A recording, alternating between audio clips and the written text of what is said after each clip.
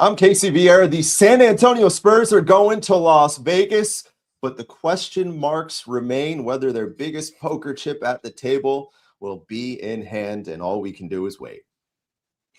This is Jeff Garcia, host of Locked On Spurs, and I said I'm never going to stop until they lose. Austin Spurs, they won again, 11-1, 6 straight wins. Way to go, Austin Spurs. Keep it up.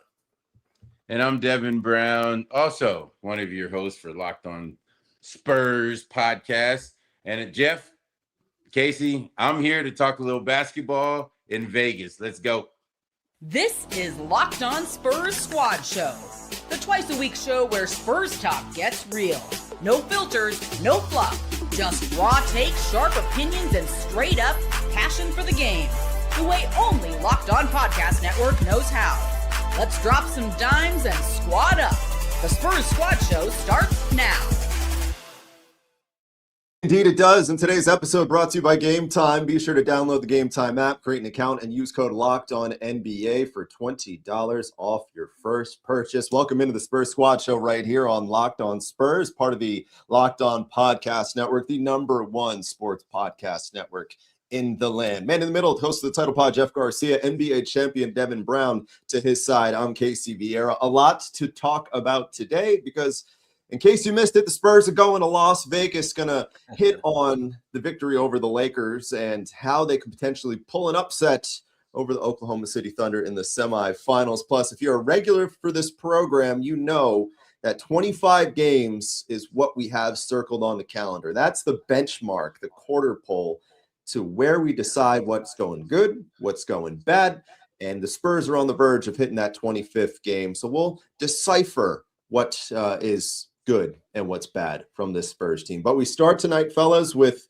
who else? The big fella, Victor Wembanyama, and whether or not he will be taking the floor come Saturday against the Oklahoma City Thunder in the NBA Emirates Cup semifinal in Las Vegas. Of course, missing the last 12 games because of that left calf strain, has continuously progressed further and further in the right direction, up to the 5-on-5s, playing 5-on-5s right now, Mitch Johnson said. But there's the prevailing sentiment that's kind of floating around that even if Victor is 100%, 150% healthy to go perhaps on any other given day, the fact that they're playing the Oklahoma City Thunder, the best team in the league, the most rough and tumble team of the league, really getting thrown right into the fire and then some, the inferno, if you will, there's some skepticism as to whether the Spurs will hit the pause button on that and instead bring him back against the Washington Wizards when they return home. So, Jeff, you're going to be hitting leadoff tonight. Yep. If that were to be the case and Wemby is healthy and he could go, but they decide to not hit the play button and keep him shelved for a few more days, should they do it ahead of Saturday? Well, should they do it? No. Will they do it? Probably, because the Spurs are going to spur, and they're going to do that. They're going to say, what's this meaningless cup? What is this? What is this? Wemby, sit down. We need you for the stretch run. Need you for the second half of the season.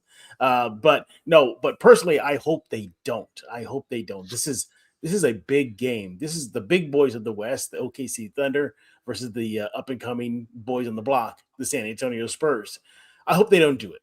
It's all set up for prime time television, and literally on prime. It's Wemby. It could be Chet. It's SGA. It's Steph Castle. It's De'Aaron Fox. The list goes on and on. This is a game where I hope they play him. Now, Mitch did kind of let the cat out of the bag when he was asked after the win in Los Angeles whether or not Wemby would play. And he said there's a possibility he could play Saturday, or if they do the impossible and beat the Thunder, advance to the finals and play one of the two games. So they didn't completely shut it down, but nobody, Devin, Casey, everybody watching, people in the comment section should be surprised once that IR list comes out and you see Wembanyama out. Nobody should be surprised. We'll probably find out Friday. What time's tip? It's 8 Central, I believe, on Saturday. So give or take Friday around 6 Central, we'll get a better idea whether or not that's going to be the case. Devin, what's on your mind? Because as we've gotten to love about you, that classic Spurs mentality is always, if you can go, you can go. And if Victor can go, should he? I guess I direct that question to you. Sometimes, when I sit around and I don't have much to do and I'm fixing my big neck bones, I need rice to go with those neck bones. It's a perfect match. If you just want neck bones or pig feet by themselves, it's not the same. So my point in telling you that is this is the perfect opportunity for the big fella to come back. Mm-hmm. Jeff, look at it this way. Wemby doesn't like Chet at all. Yeah. So all these games he's sitting out, he's seeing Chet over there. They're all doing interviews together after the game. They're 24-1, this and that. Everybody loves OKC.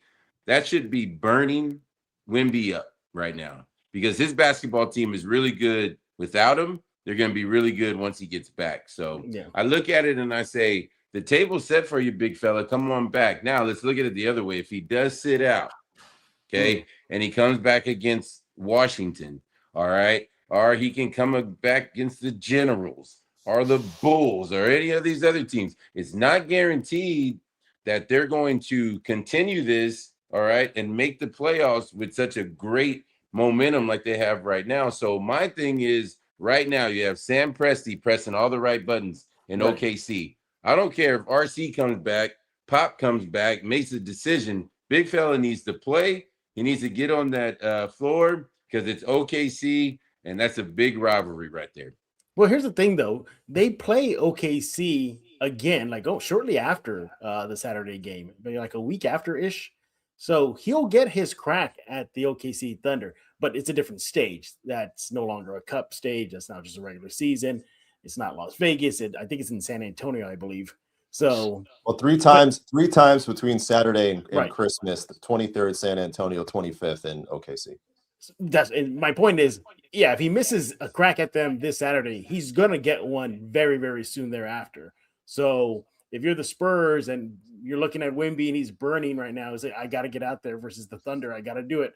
I got to help this team shock the world. I can see the Spurs saying, look, you're going to be able to shock the world in a different setting against the same team. Just a few more days later, it's all win-win-win, Victor. You get your shot at them. You get a few extra days of rest. I can see the Spurs maybe playing that card, Casey. I mean, I barely know my left calf from my right, so I'm not one to critique a medical staff about their job, but I do have a reasonable idea of how optics look in this day and age of social media and what it is. And I know if I was in Victor's shoes, something that I would be miffed about, because the optics of what they read, if they decide, if I'm Victor and I'm 120%, and they need me at 125 to go out there to play that Oklahoma City Machine, and they sit me and they rest me a few more days because they want me to come back against the cupcake that's the Washington Wizards, that would bother me as a star. I think that I would say, because the optics are what are the optics at that point? They're saying, oh, Wemby's ducking the Thunder. He's stuck in this prime time matchup, biggest game of his career up to the point. It looks like he's ducking it. Not saying that, but if I'm a player, I see that. I'm a superstar. I'm like, what the heck? I feel like I'm good. I'm good to go. I want to go out there, want to help the team win. I understand you want to keep me healthy, but 125%, let me get out there. Now, mind you, the Spurs do not care at the end of the day when it comes to prime time. They care about health, and that is paramount. And it might be kind of hypocritical for me to say that, because I've gone on here and I've said that I think if a Joel Embiid type rest plan is what it takes to keep Victor Wembanyama healthy, then I'm all with the organization for doing it. So that might be mildly hypocritical of me to suggest this to begin with, but all I can know is really acknowledge is that what we're seeing is a situation where potentially a superstar being held out of a primetime game because the opponent is too difficult, too physical in that recovery. So you bring them back against a team that can't get out of their own way, and the Washington Wizards. It's not an ideal situation, but the Spurs aren't playing for optics.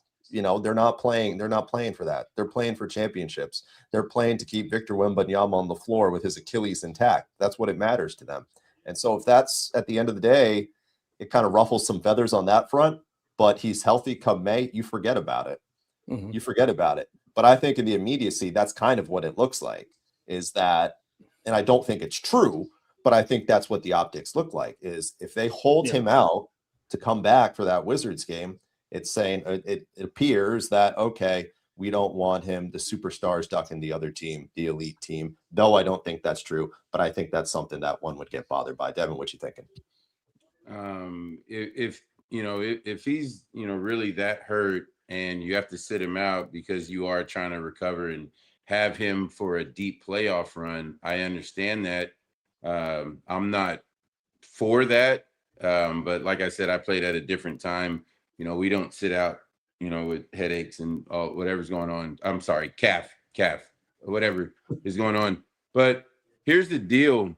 The NBA, the big boys, put together an NBA Cup to spice up some of the stuff that the players had a problem with the scheduling and things like that.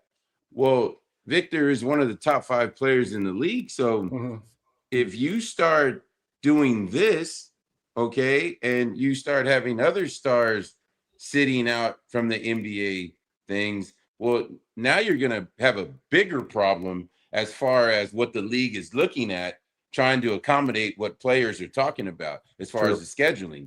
So this can get bigger on a sense that, if the NBA is communicating with San Antonio saying we need MRI stuff, we need to see the medical reports and things like that, and he is truly injured, that's fine.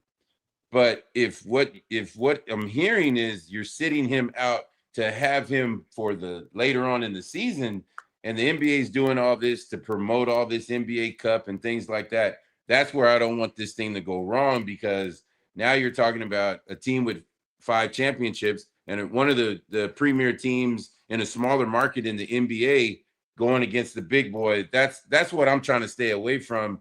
And a part of me is, I'm not, trying to say the Spurs are doing that by any means, but those are the problems that you don't want. Mm-hmm. Yeah. For me, guys, it's, I understand, the optics, as Casey, you're talking about. It's Vegas, it's the Thunder, it's the Cup game, but he's going to get something similar to that when they play them again on Christmas. They're playing on Christmas. That's another big game marked on the NBA calendar. It's prime time. If you are an NBA team and you get a Christmas Day game, that says a lot about what the league feels about your team and the numbers it can drive. If Wemby doesn't play Saturday, Sunday, if they advance, I do not see him missing out on that Thunder Christmas Day game. That's huge. Hey, Jeff, real quick. You're absolutely right on that. I don't want to be wrong on the numbers. It's only like 8 teams or whatever that is for Christmas Day games. Right. You have the patch, whatever it is. But when the NBA scheduled that, they were assuming that Wemby was playing when that got scheduled. Right. And I'm saying, like, if he's not back for the Cup game on Saturday, or if they advance, then I couldn't foresee him missing out on the Christmas Day game, because he should be back by then. Even if he does come back against the Generals, the Wizards, even if he goes back against the Wizards, okay, he's back against the Wizards, right. But you gotta get him going. You got to shake off the rust, get his game legs back. I'm pretty sure he'd be fine, in his first game back. You already see it now, Devin. Oh, my God. Victor comes back in his first game against the Wizards. He puts up monster numbers. Yeah, it's the Wizards. But, I'm good if he doesn't play. I won't be good if he keeps on being out for these upcoming big games, such as Christmas Day, or if they beat the Thunder and advance to the Cup Finals. I mean, that's for sure. That's a game he has to be back for.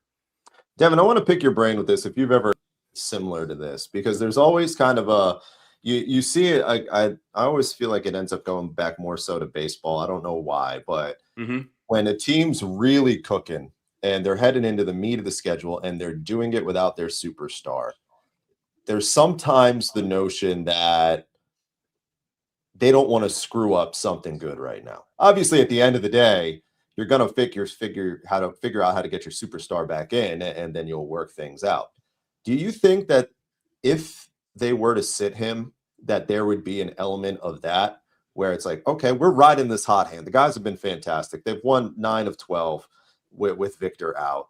They have all the steam. We have a chance to go in and compete, potentially beat Oklahoma City, potentially beat the Knicks or the Magic, whoever it may be, and win this thing, because we have a lot of faith in our guys. Do you think there's an element of that to it, that they're saying, we don't want to try to figure out this wrinkle right now with Victor. We'd rather just wait on that. And to use the cliche, see what we got when they got this, and then worry about the Victor side of it after. Well, okay, so there's a couple of things here, and you guys had mentioned the fact that they are going to play them a couple of more times in such a short span. So, and like I said, the Spurs are going to attack this 15 different ways, right? And they're looking from all these different angles, and you can go into the game, thinking that, hey, the guys are playing well, like they're clicking. You got Castle and Fox doing their deal, whatever, but. The thing about it at the end of the day is Oklahoma City is a different challenge because they play so well together. You kind of want to have all your weapons out there to see where it is you stack up against what the standard looks like. All right. At the end of the day, Spurs lose and you go, and Victor doesn't play. You go, well, we didn't have the big fella. Okay. So there's outs either way. Okay. But from Victor's competitive standpoint, I'm telling you, he wants to play Saturday night. He wants to play. Now, team says is going to say whatever they want, but just attacking that from a couple different ways with the Spurs are looking at. Yes, we'll play him on Christmas. Yes, we play him again.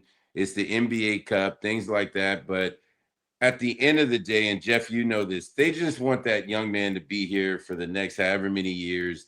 But healthy. Yeah. And that's what's going to come down to is the health. I'm pretty sure the doctor can say, you know what?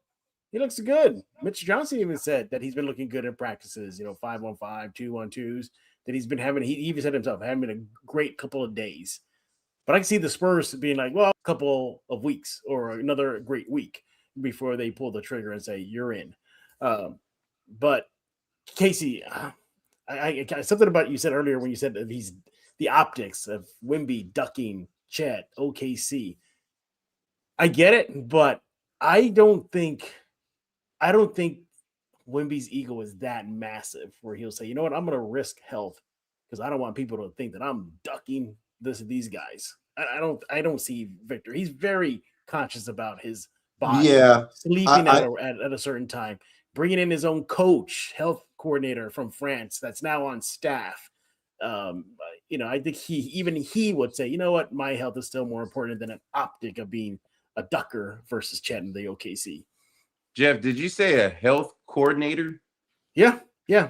He brought in his own guy that's been with them since the days in France that coordinates his regiments, his yoga, his stretching. He's on staff now.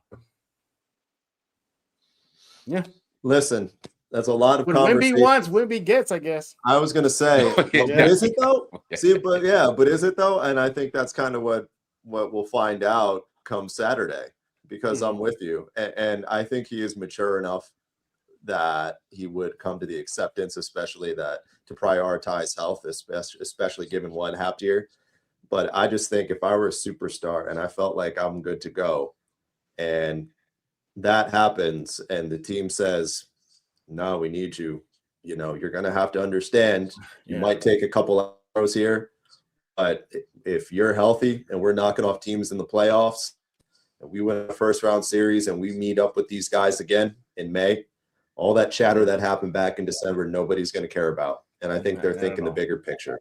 I think they're thinking the bigger picture. Hey, let's Casey, go ahead. Get one more word in. Go for it. Yeah, real quick. So, Wemby is on that track where he's going to be like a LeBron James, right? There's superstar and then there's mega stars. And so I think that feeds into why you see him being held out for so long, right? On these injuries, is because this is not Kwame Brown or some of the other number one picks. This is a life-changing player. So they're just taking extra precautions with him, Casey. Hey, let's see what happens next, though, because whether he's there, whether he's not, there's still a game to be played. And it's still a tremendous hill uphill climb that the Spurs, with or without him, are going to be facing against this Oklahoma City Thunder team. Coming up on the other side of the break, we'll analyze how exactly they can do it out there in Vegas and potentially pick them off in prime time, or maybe in the next couple 2 meetings. Yeah, it might have to be more than fingers crossed, Jeff. Got that coming up for you on the other side of the break right here on the Spurs Squad Show on Locked On Spurs. But before we get to that, let's talk about a few of our friends that drive this program. One of those, of course, being our title sponsor in Game Time. I know we got a lot of soccer fans in the chat, football fans, whatever you're calling it, wherever you're from. We're a worldwide show. And as you know, the World Cup coming back to North America for the first time since '94 this summer. Let's be honest, getting tickets is going to be difficult by default.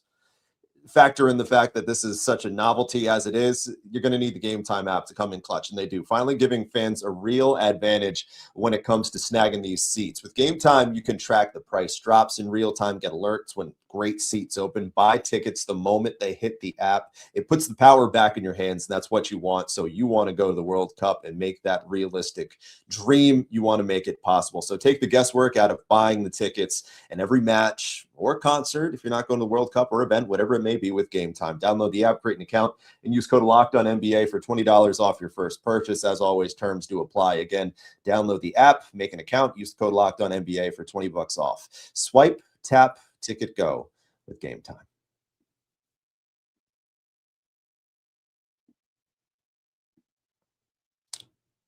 All right, welcome back into the Spurs Squad Show right here on Locked On Spurs. As always, thank you for making us your first listen of the day, whether it's us or the title pod or us on the postcast.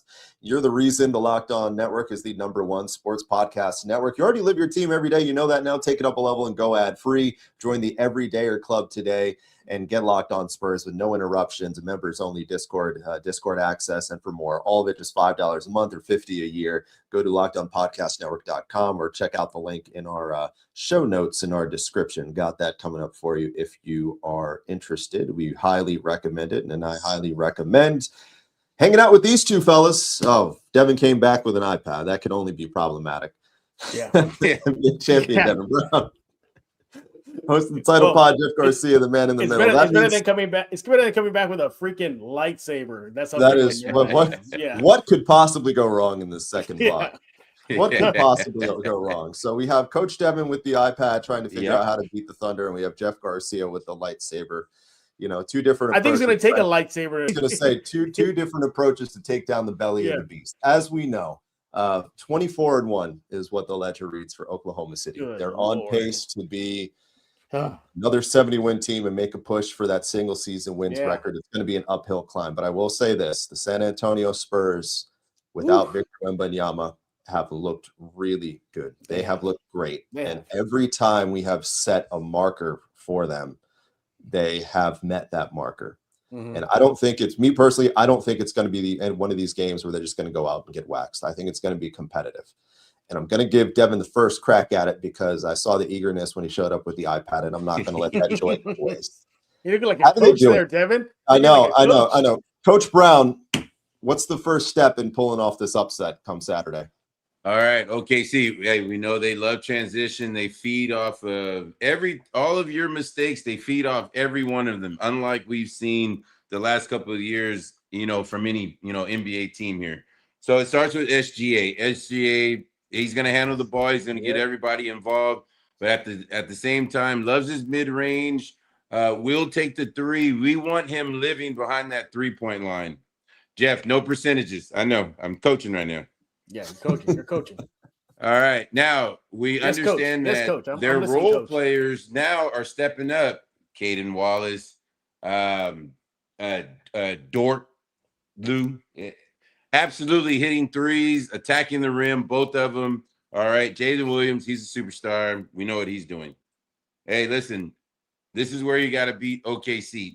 OKC, give me just a second. All right, we don't need that. We don't need that anymore. You got to make shots. You got to play team basketball. You got to play Spurs defense. If you can do those things, you have a great shot. Jeff, don't use the lightsaber, but give us some a take here, please. Yeah. You know what? Is there an argument to say the Spurs are as deep or maybe a little deeper than OKC? My point is that they're going to have to use that depth that they have. It's been tremendous this year, from Julian Champagny, Keldon Johnson. The list goes on and on. That second unit has really stepped up. I believe they outscored the Lakers when it comes to reserve points in the knockout cup game. But if I'm the Spurs, I'm going to use the triple threat guards, Fox, Castle, and Harper. I am going to just give OKC a hefty dose of those three guys. Attack, attack, attack. I need you to tire out Dort. I need you to tire out your perimeter defenders. I need you to try to pick up fouls on them, get them in some early foul trouble. Attack Chat, attack SGA. Let him play some defense. Let him play some defense if he's on either Castle, Fox, or Harper. And attack. Just be relentless in that mindset. I think that's the first thing I'm doing is just use that backcourt depth. Now, I was talking about this with somebody else earlier today. I was like, well, what do the Spurs want to try to outpace the Thunder? Well, good luck, because I think you might be playing into their hands if you do that. But couldn't the reverse be said too, Casey? If OKC's thinking, let's just run these guys off the court, I bet the Spurs are like, yeah, bring it. We're good. Let's do this. What about the other? What if you want to do a half court, slow it down game? Can the Spurs utilize that to stop the OKC attack, Casey? No, I don't think they have enough in the half court. I don't think they have enough in the half court. I think they're going to have to. I think the good thing for the Spurs going into this is that I think they're equipped to play Oklahoma City's pace. Yes, And I think they are. I think they are. And that's a big thing that they have going for them, in my opinion. When you're able to put out a bunch of ready and able bodies and go 9 deep, 10 deep, and not necessarily skip a beat, that puts you very much in a competitive market on the floor with Oklahoma City. And I think I don't think they're going to get wiped down by the Thunder. I think this is going to be a competitive game. I don't think the Spurs are going to win, but I do think it's going to be a competitive game. And I think it's because they have one hurdle right there that they can match that pace of play. And I think at the end of the day, what's going to bite the Spurs, even with Victor, is just the talent gap. I think the shot making that Thunder have between SGA, between J-Dub, it seems like Wallace and Lou Dort always find a way to hit a big shot when the number's called, just camping out in the corner like that. I know that drives you nuts hearing that, but I think that when it comes to the Spurs team, another reason I'm not counting them out is because of another reason I'm not counting them out with this was that how many times this year have we questioned the effort?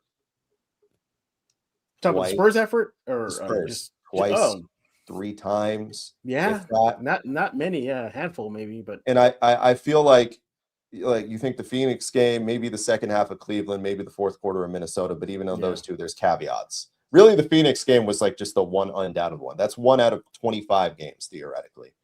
Effort's not going to be an issue with this. I just think the talent gap is going to be an issue. The Spurs are going to fight. There's no doubt in my mind they're going to do that. I agree with you. I just think that's where they're going to get beat is ultimately in the day, that talent gap. Go ahead. You talked about key shot makers that the Thunder have.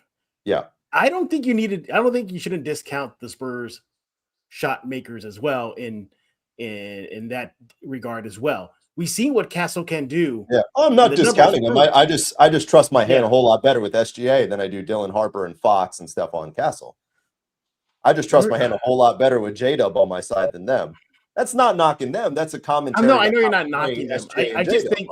I just think in that department, I hear what you're saying. I know the record reflects it for the Thunder. They're awesome.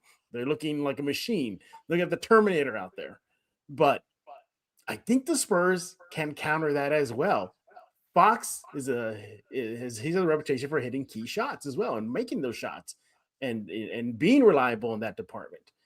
We've seen Julian Champagny step up. We've seen Harrison Barnes step up when key shots need to be made. We've seen that this season. We've seen rookie. I know I get it. Rookie versus SGA. Yeah, I think you're picking SGA 10 times, but the young guy, he's been known to make some key shots so far in his young career.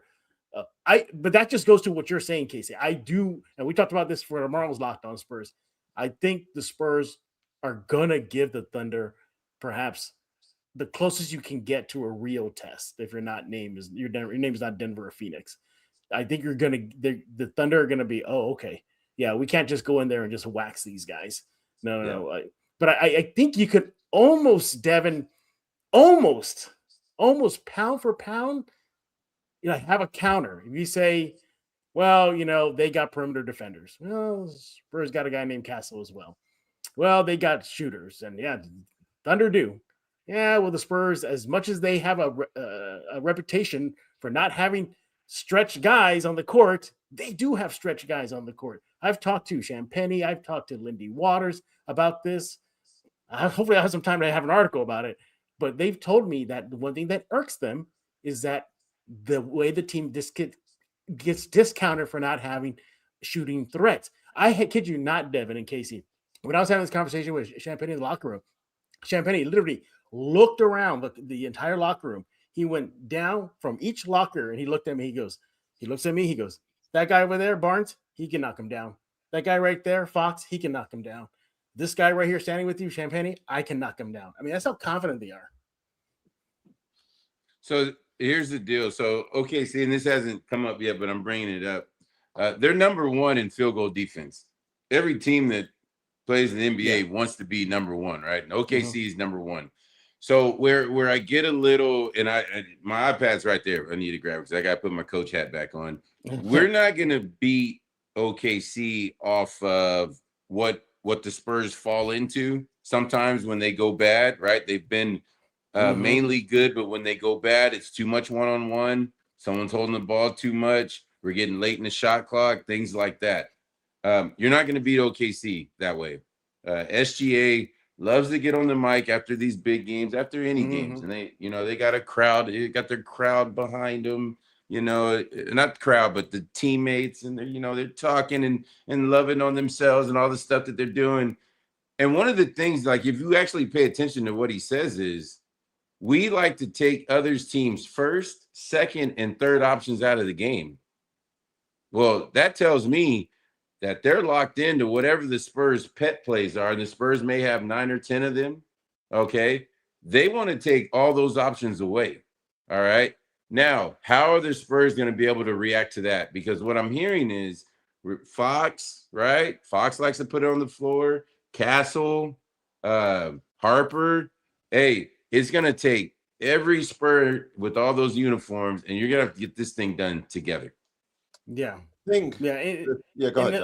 No, another reason why I'm pointing to the three-headed monster for the Spurs of Fox, Harper, and Castle is because I think I don't have the numbers on me, but again going back to the foul situation for the Thunder, Chet and Hartenstein, excuse me, they get into foul trouble easily. They really, really do. I think you need to exploit that because you can bet the Thunder are going to try to exploit if Wemby doesn't play on Saturday. Right.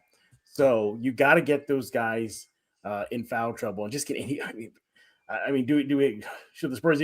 Another thing, Pete, don't let the refs bother you. We all know about the SGA and the very, very like a fish. Yes, Jesus, you blow on him and just hit him with the fingernail. It's a foul. But I think you need to prioritize attacking the paint, attacking the rim. Maybe not necessarily the 3-point shot. That'd be great if they can. They can make the threes, it'd be good. But I'd love to see maybe hit like long twos and keep things on, keep them honest in the mid range. If they can do that, they got mid range shooters from Vassell to Fox. I think on paper, guys, the Spurs should be able to give the Thunder all they can handle. But what tips it over for me to say, yeah, OKC gets it, is just the intangibles. They are confident. There's confident, and then there's the Thunder. They have this mindset that they're going to go out on the court and just eviscerate you. I don't think the Spurs are there yet. They're getting close, but they're not there yet. And I think those little things, obviously, they're the Thunder, they're the champs, they're going to get the favorable calls. I think it'll come down to the little things why the Spurs, if the Spurs do lose the OKC Thunder. But I mean, Casey, would you think anybody would be like super surprised if the Spurs beat them? Really, really surprised? Like super shocked? I don't think anybody from would. the outside looking in, yeah. Yeah. Because I think the Spurs can beat them. I don't. Would us three here feel shocked? Look, any of us would be like, "Oh No. my god, that came out of nowhere." No, because this is the NBA. Yeah, this is the NBA. We're not asking the Spurs to beat them 4 times in 7 games. Mhm. You do this 82 times a night. The Spurs are going to play them 3 times in less than 2 weeks, and I think the Spurs are going to win one of those games. Yeah, I agree with you. They're going to get one. And they're going to get at least one of those games in the next 3 weeks, in my opinion.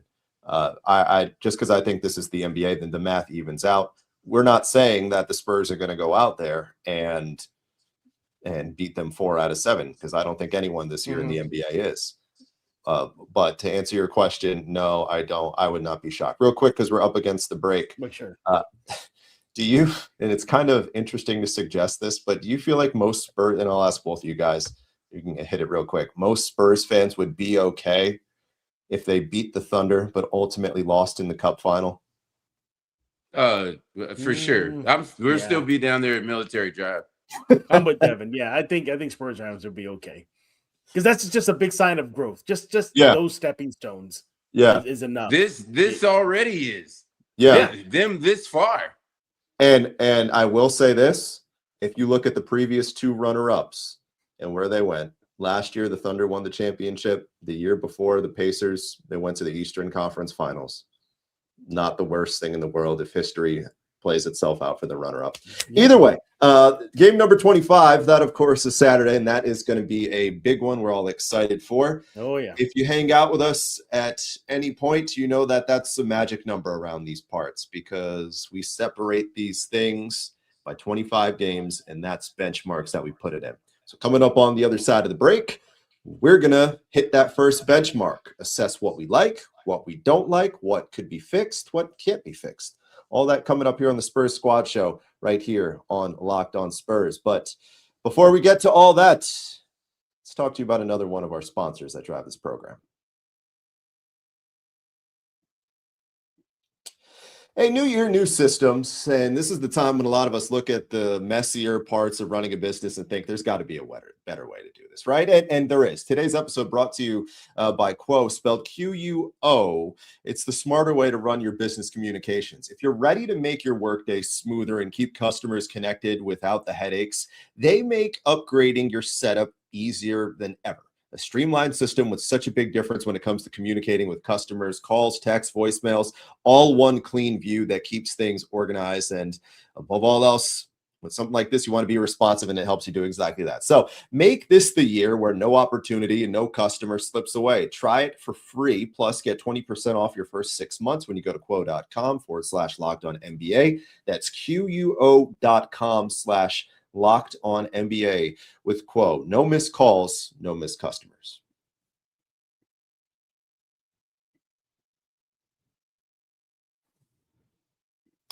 All right, welcome back into the Spurs. No, this is not the Spurs Postcast. This is the Spurs Squad Show right here on Locked On Spurs. The Spurs Postcast, that's one of 3 programs you can catch. Of course, after every single game, Devin Brown and myself got you covered, and every single day, Monday through Friday, Jeff has got you covered on the title pod. And Tuesdays and Thursdays, we do this. We get together and we talk about the happenings of San Antonio's silver and black. So let's continue that conversation. Before the break, I mentioned 25 games. We didn't really put a number on this until we started hanging out with Jeff, Devin, and Devin said that the way they think about it inside that Spurs locker room when it comes to figuring out where they're at in the season is 25 games. And the Spurs are 17-7. And going into game number 25 in the NBA Emirates Cup semifinal round. Devin, you introduced the idea to us, so I'll give you first crack at this thing. How would you assess the first 25 games for the Spurs team? Well, fantastic. You haven't had Wemby, this whole time. You had Castle, out. You had Harper out. You've just had guys step up. And listen, De'Aaron Fox said it when he came back from his injury. He missed a few games at the beginning. He said, look, good teams don't start losing games. The man's been absolutely right about that. These guys have stepped up, whether it be at home, on the road, and lately they've been on the road a lot. And for the most part, they've been doing a great job. Now, at this mark here, between now and that 50 game mark, now you're going to start having some of these front office people at the games, front office people in the locker room, kind of walking around, getting a sense of, what it means to be a Spur, who they feel is there for the right reasons, things like that. And, of course, every day, and that's just a part of us in the media, you're going to hear some names being thrown around and, as trade bait, things like that. But this is where it starts, getting serious because, I'm pretty sure the front office is going to be at the Cup game in Vegas. But this is exciting. When you're around as a young player at this stage, you should be excited to go to work every day. And I know the Spurs are. And, being that they introduced this NBA Cup deal now, here we are in the beginning of the season. You're playing in the semifinal. This is great. So we're at 25 games overall. I give them a B plus just because my boy Wemby's been out. But all in all, so far, all systems set. Spurs are good. Jeff, what haven't you liked so far? Because we could sit here, we could wax poetic about the good, but I want to stir up some trouble. What haven't you liked? I haven't liked that Wemby's been out. So I can only imagine what the record might be if he did not get shelled for a while. Have not liked how sometimes, Fox starts to chuck things up, at times, taking shot after shot and miss and miss and miss. We saw some bad finishes to quarters when he returned. Maybe give him a little slack because he had just got back from injury, maybe. But you don't expect that from a De'Aaron Fox. But he definitely has rebounded since. He's doing great. Haven't liked those third periods coming out of halftime. Have not liked that. Now, they cleaned it up considerably against the Lakers. Devin, I was preparing for a collapse coming out of halftime. I said, well, here, absolutely. Let's just hold the horses, Spurs fans. I know we're up at halftime, but let's just see how they look coming out of the half. And I was bracing for that disaster to happen, and it didn't happen. But aside from that, have not liked how they looked coming out of half. And yeah. And I talked with Casey for tomorrow's Locked On Spurs show, and I'll ask you, Devin. One thing I had not liked prior to the game versus the Lakers was we haven't seen them play a complete game up until that point. I hadn't liked that. We hadn't seen a complete game from them up until the Lakers game. So those are some things I have not liked so far after 25 games. I can't pinpoint, but when it goes downhill, it goes downhill. We saw that against the Pelicans. Mm-hmm. And I mean, Jeez, I'm sitting here going, is this McQueen from what was that race car movie back in the day? I'm like, who is this? McQueen. Yeah. I'm like, can somebody please guard him? The guy's good, but we were making him look like the car, the little red car from the cartoon. Yeah. But like Queen's you're saying, your first team all rookie. He's at the rate he's like the lone highlight for the Pelicans this year. Man. Yeah. Well, I know. Well, that's because we haven't seen your boy the last two times we played them. Jordan Poole. Love that guy's game. Oh my God. He might as well have a Spurs jersey on. But the thing about it is when it goes bad, it goes really bad. It goes bad. So it does. You didn't see that against the Lakers. So that means that Mitch is preaching this. Right. So to see them do that, I'm like you, Jeff. It was great to see. Yeah. One other thing I have not liked, and I forgot to add it to the pile, is again, prior to the Laker game, we'll see what happens Saturday. I got a feeling he's going to revert back to the means, but the 3-point defense. I've seen the 3-point perimeter defense just look horrific out there. I haven't looked at the numbers since. I hope when I do look, it's improved, but I believe they're kind of near the bottom in 3-point defense. Have not liked that at all, Casey. And it's interesting because it feels like there's different iterations of the team, but there's still the same flaws that come about like they've had in that 3-point defense, regardless. I feel like I've been doing these shows up here with you, and we've been talking about Patty Mills getting back, and DeMar just going back and for years now, saying that's been a recurring thing. So I think for me, that's just kind of sky's blue, water's wet at this point. Yeah. I think my big takeaway, I think they've exceeded expectations because I thought they were going to be good. I thought that they were in a spot where it was playoff. Anything short of a playoff appearance was going to be a failure. And I still stand by that. I'm not play off. A top 6 seed was going to be a failure. So I had high expectations, comparatively speaking, to a lot of people. But you would not, if you told me that Wemby was going to be has already missed half the season at this point, and they would be at this point, I would have said you're crazy. Because I didn't have the faith in Mitch Johnson to keep this thing afloat. I didn't have faith in guys like De'Aaron Fox to keep this thing afloat. And they've been fantastic. Beyond that, they've been fantastic. You can't speak any more highly about the job that they've done, given what they've had or lack thereof. And I think a lot of this is a credit to the job that Mitch has done. And I go back to Mitch has shown the ability to push the right buttons, not get wrapped into loyalty of guys doing things better in the past. So he's sticking with that because that's his guy or something like that. Some of these rotations, you haven't seen that. Mitch goes every night with the best 9 to 10 guys. He reads these games, and that's why they're winning games because of things like that, because of decisions like that. And hey, Casey, go ahead. To your point, I love that point. To your point, I want you real quick, you two, to answer this. Who's been our best player off the bench this year? Keldon Johnson. Keldon Johnson, without a doubt. That's the answer I was looking for. Yeah. But there are sometimes you see Mitch leaning into him. I mean, if he misses a rotation, he is leaning into him. I just want to say that real quick, Casey. Yeah. But you know what? Isn't that kind of like a pop thing to do? Hey, if the most tenured Spur, Keldon Johnson, can get chewed out, so can I. Kind of thing. Real fast, I did look up the numbers as far as 3-point defense. Spurs, brace yourself, everybody.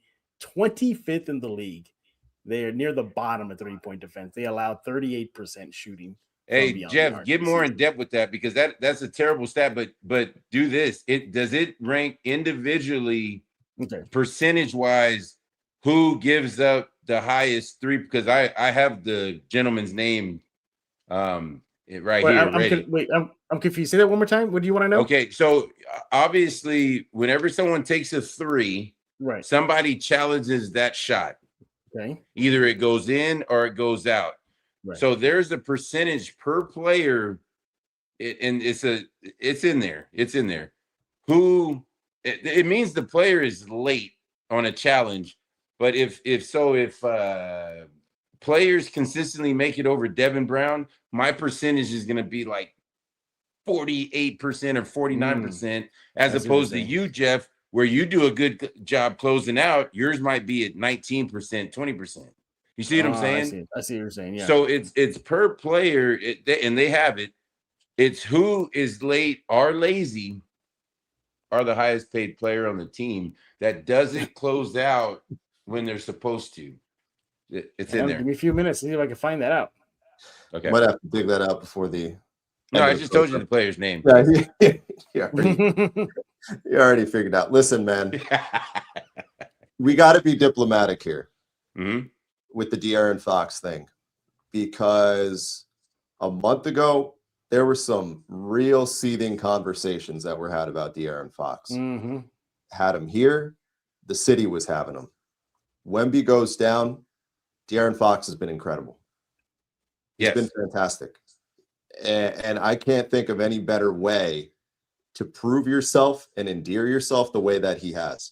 Because I'm right, I was skeptical after that Warriors game. I'm like, okay, so here we are. Is this dude going to be built for this?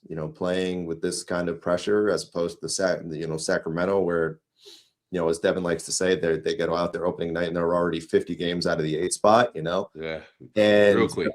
The early returns were not good, but you have to play it both ways here. I mean, De'Aaron Fox has been fantastic over the past month and change. Okay, how about this? I wish you didn't bring that up. And I just realized, I just looked at the numbers for player individual defensive 3-point field goal percentage. I'm a little surprised, but okay. Who fell at the bottom for the Spurs? Who is it? Right. Well, it's kind of unfair because Victor has been out for quite some time. Oh, So, but if you're gonna go by just percentage number, hey, Jeff, it's why are you Victor- picking on Victor like that? Well, me? When when Devin said highest paid, he meant endorsements off the floor Yeah, included. Oh, okay. That's what he meant. It's Keldon Johnson's down there at the bottom too. He's down there at the bottom of the roster right now, 34%. Yeah, so yeah, that's what I'm saying. You don't want Yeah. that number. You don't want that number up there because that means you're on film a lot late in rotations. That's what I was getting at. That's the only thing I was saying. Okay. Casey, I know what I was going to ask. Devin had a point. Go back to it. Yeah. So if Wemby's out, and this is for both of you, if Wemby's out, and De'Aaron Fox has a huge game, say 40. Okay. What do you think the city's going to view him as after this? Is all forgiven? In 40 and win. Yeah, go ahead. 40 and a win. Yeah, 40 and a win. No. You know what? I'm with you. I would say no. No, because when this team is winning, this fan base is smart enough to know that games in December don't matter. And I say matter in bold print, matter. Like, it'll be good for them to go out there and win the cup. It'd be infinitely better. The fans are going to care a whole lot more if they win a first round playoff in April. That's how they would remember this season by.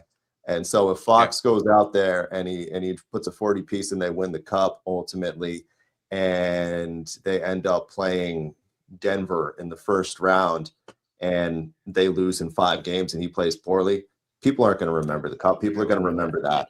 So I don't think all is forgiven, so to speak, but I think people are starting to put an appreciation on what he was doing, because I think he's, at least in my opinion, for me, I don't speak for everyone, but he is exceeding expectations, in my opinion. I did not, because you look at point guards in the league, you don't peg him as a top 5 point guard. You don't peg him as maybe a top 8 point guard. And now, with how well that he's played, keeping this team alive in this brutal Western Conference without his all-world center, with a young team behind him, what more else? It's all out there, Yeah. I mean, he's doing it out there on the floor. Yeah. But as we know, the playoffs count. And I think that's, at the end of the day, to go all the way back to your point, I think that's what's going to stick the most. My reaction would be, Devin, if in that situation he drops 40 against the Thunder and they get a win, I'm like, all right, good. That's what we traded you for. Perfect. Got you. All right, you did your job. Yeah, that was a much more concise way of putting it than me. You know what? Congrats. You did your job. You did your job. Yeah. That's why you wanted to come here. And this is why you're the guy, while number 1 is out right now. Yeah. That was a much more concise. You saved us about a minute worth of time doing that. So thank you. I appreciate that. Almost time for us to get out of here. But as we usually do, and we convene right before the weekends, we want to talk about the biggest thing we want to see coming out of the Spurs weekend before we get back together at the start of the week. So we're going to do that and get up on out of here on a Thursday night. We got one more of our friends who drive this program we want to talk to you about before we call it a Thursday. All right, so as we know, 2026 is right around the corner, and those days of waiting for something to become a full-blown emergency before you see a doctor, they're over. No more walking it off for a whole bunch of months, pretending that weird shoulder that you got going on is just because you've been sleeping wrong. It's time to take your health seriously. ZocDoc is making that easier than ever, because staying healthy is more important than hitting the gym or eating right. It's about getting things checked out when something feels off. It's the perk of getting old, right? Using ZocDoc makes scheduling easier. Search for an in-network doctor and book the right appointment right in the app. Real appointment times are listed, including same-day visits. It's got everything you're looking for, quick, concise, and easy. So stop putting off your doctor's appointments and get the care that you need. Go to ZocDoc.com/LockedOnNBA to find and instantly book a top-rated doctor today. ZocDoc.com/LockedOnNBA. ZocDoc.com/LockedOnNBA, where we'll take care of you there.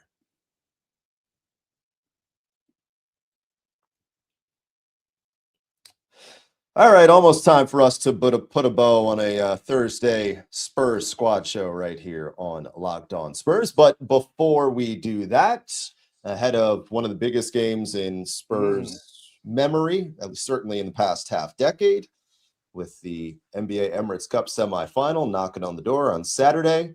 Start with you, Jeff Garcia. What is the biggest thing that you want to see by the time we reconvene next week? I mean, it's kind of obvious, the Spurs holding up that cup trophy and a banner ceremony, I guess. Well, technically, we'll meet if they were to win. Technically, we'll be meeting before that. So Saturday, yes. So Saturday, all right, sir. Yeah. Okay, well, Saturday, then I want them to have a chance to be holding a NBA Cup title. There we go. And possibly a banner hanging. But outside of the obvious,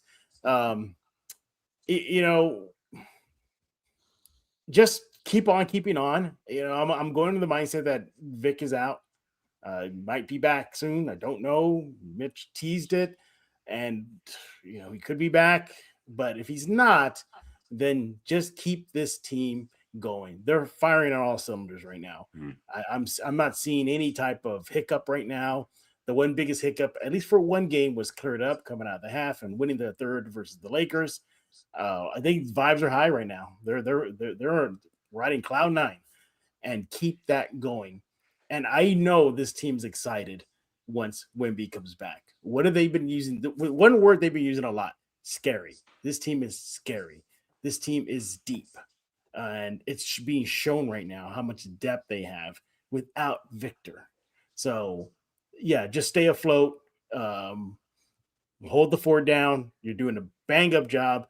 Once Victor gets back, let him get his sea legs back and rock and roll for the last 75% of the season. Go ahead, Devin. Be there in the fourth quarter, San Antonio. Be there in the fourth quarter, meaning, in my eyes, it's under 10. Okay, OKC is nothing to mess around with. They're going to come out guns a-blazing. Their first quarter, we didn't go over any of the stuff for that. They are amazing. They come out, get off to a good start. Just be there for the fourth quarter. Give yourself an opportunity. I'm not worried about anything after that. I'll be there in the fourth quarter, Casey.